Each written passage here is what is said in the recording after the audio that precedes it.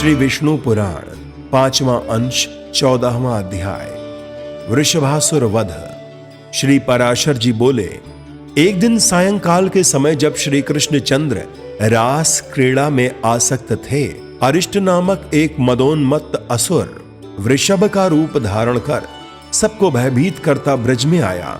उसकी कांति सजल जलधर के समान थी, सींग अत्यंत तीक्ष्ण थे, नेत्र सूर्य के समान तेजस्वी थे और अपने खुरों की चोट से वह मानो पृथ्वी को फाड़े डालता था। वह दांत पीसता हुआ पुनः पुनः अपनी जिह्वा से ओष्ठों को चाट रहा था।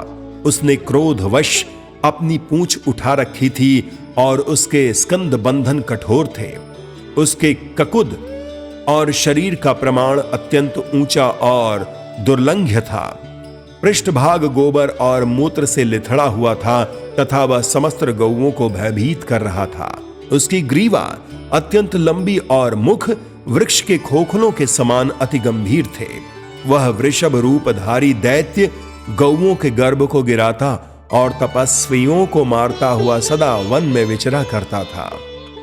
तब उस अति भयानक नेत्रों वाले दैत्य को देखकर गोप और गोपांगनाएं भयभीत होकर कृष्ण कृष्ण पुकारने लगी। उनका शब्द सुनकर श्री केशव ने घोर सिंहनाद किया और ताली बजाई। उसे सुनते ही वह श्री दामोदर के पास आया।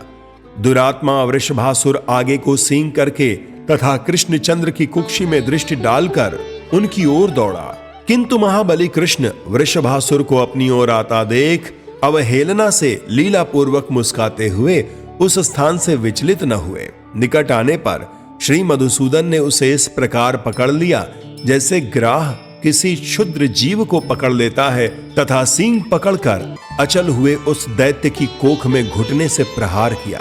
इस प्रकार सींग पकड़े हुए उस दैत्य का दर्प भंग कर भगवान ने अरिष्टासुर की ग्रीवा को गीले वस्त्र के समान मरोड़ दिया। तदनंतर उसका एक सींग उखाड़कर उसी से उस पर आघात किया, जिससे वह महादैत्य मुख से रक्त वमन करता हुआ मर गया। पूर्व काल में जंभ के मरने पर जैसे देवताओं ने इंद्र की स्तुति की थी, उसी प्रकार अरिष्टासुर के मरने पर गोपगण श्री जनार्दन की प्रशंसा करने लगे। इति श्री विष्णु पुराणे पंचमे अंशे चतुर्दशो अध्यायः।